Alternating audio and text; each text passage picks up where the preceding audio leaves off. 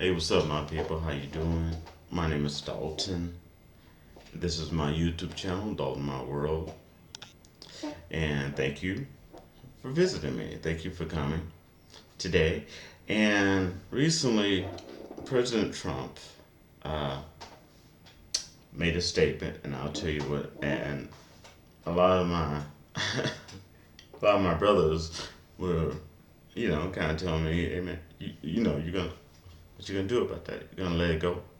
You're gonna you just ain't gonna say nothing?" And well, Biden called him, as I stated, Biden called him the first racist president that we've had. And if you haven't seen the clip, let me show it to you real quick here.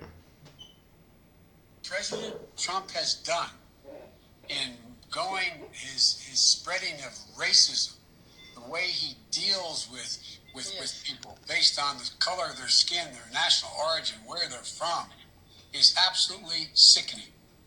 No sitting president has ever done this. Never, never, never. No Republican president has done this. No Democratic president. We have racists, and they've existed. They've tried to get elected president. He's the first one that has.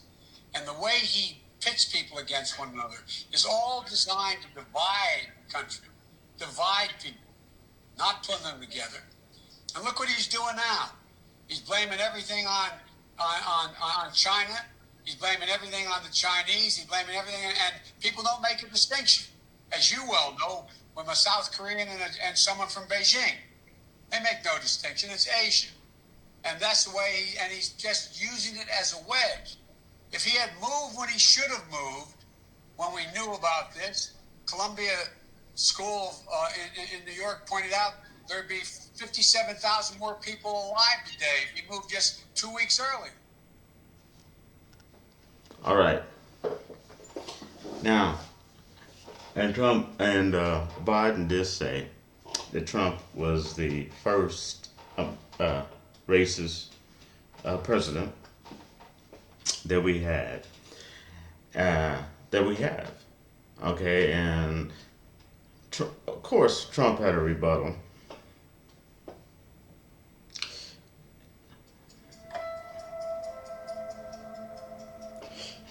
And Trump's rebuttal. Joe Biden, who today described, you might have heard that, as the first racist to be elected president. That was his words. It's interesting because we did criminal justice reform. We passed criminal justice reform, something that Obama and Biden were unable to do. We did opportunity cities. We did the greatest. If you look at what we've done with opportunity zones, nobody's ever even thought of a plan like that. Prior to the China plague floating in, coming into our country and really doing terrible things all over the world, doing terrible things, we had the best African American, Hispanic American, Asian American, almost every group was the best for unemployment. The unemployment numbers were the best. You look at employment, you look at opportunity zones, and maybe most importantly, when you look at criminal justice reform, you look at prison reform. I've done things that nobody else, and I've said this, and I say it openly, and not a lot of people dispute it. I've done more for Black Americans than anybody, with the possible exception of Abraham Lincoln. Nobody has even been close. Thank you very much, everybody. Okay. So, I have my cue cards. And, there's times in our life that we have to take the high road. Okay? Elevate ourselves. Let love rule. Okay? Deep within our minds and our souls. Okay? This is not one of them. Matter of fact, I don't even need the cue cards to tell you this. All right, first of all, he's proclaiming to be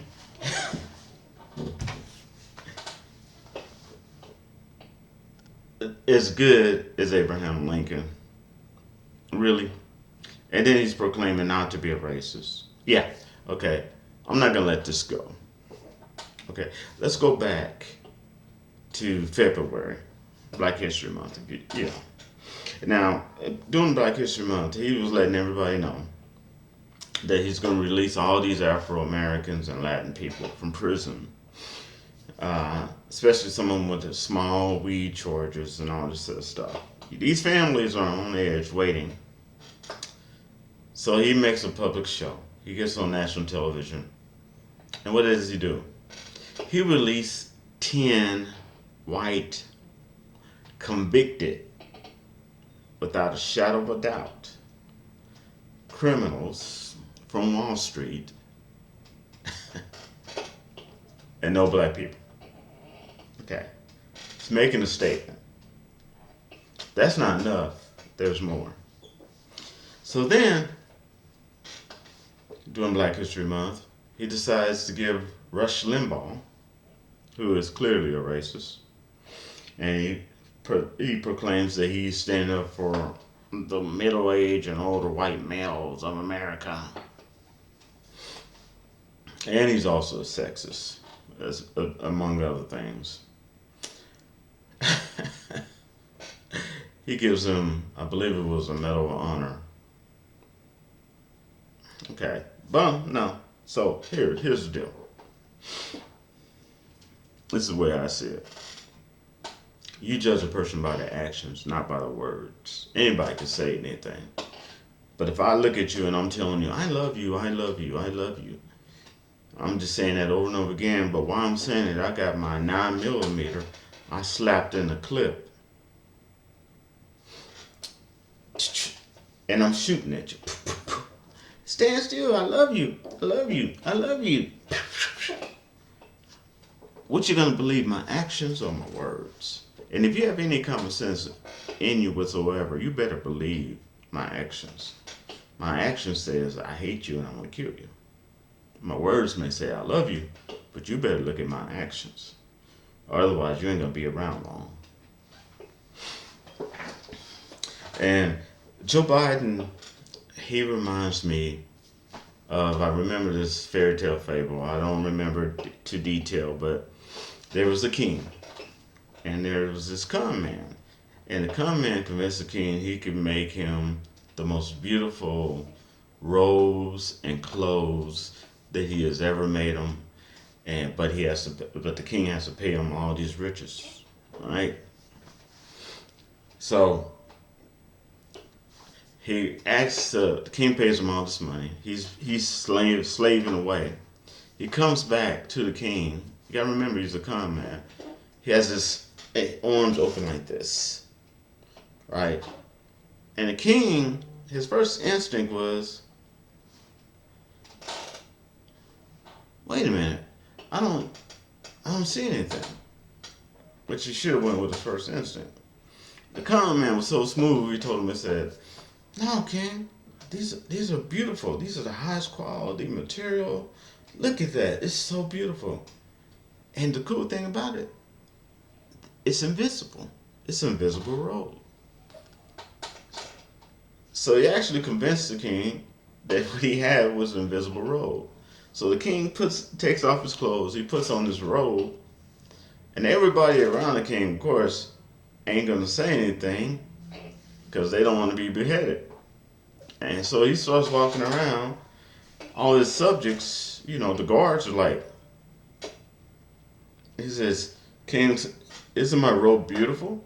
Of course, the guards are going to be like, they Kanye West guards are going to be like, yeah, it's beautiful. It's awesome.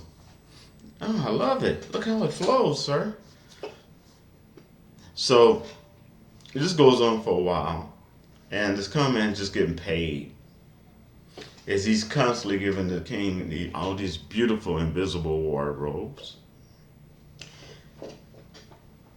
One day, when he went out to all his subjects to show them his beautiful wardrobe, he walks out there,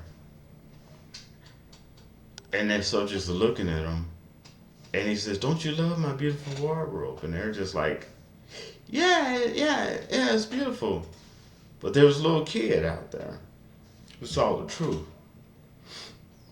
And that little kid said, hey, look at the king. He's butt naked.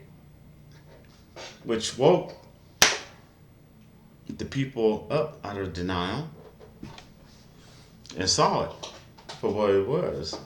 The king had been conned and he was walking around butt naked. Of course, they caught the con man. He paid a major price for his deception. But Joe Biden reminds me of that little kid that sees exactly as it is and telling it. While all the other people following Trump is just in denial of it. Okay? And that's the way I see it. I see it, yeah. He's the first one with the balls and the guts to say it exactly as it is. And that's the only reason Trump has been getting away with doing things such as retweeting people saying white power at one of his rallies.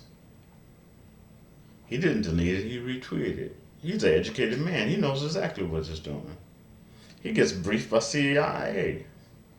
He knows exactly what he was doing. He was sending out a coded signal to all the white supremacist, racist groups there is.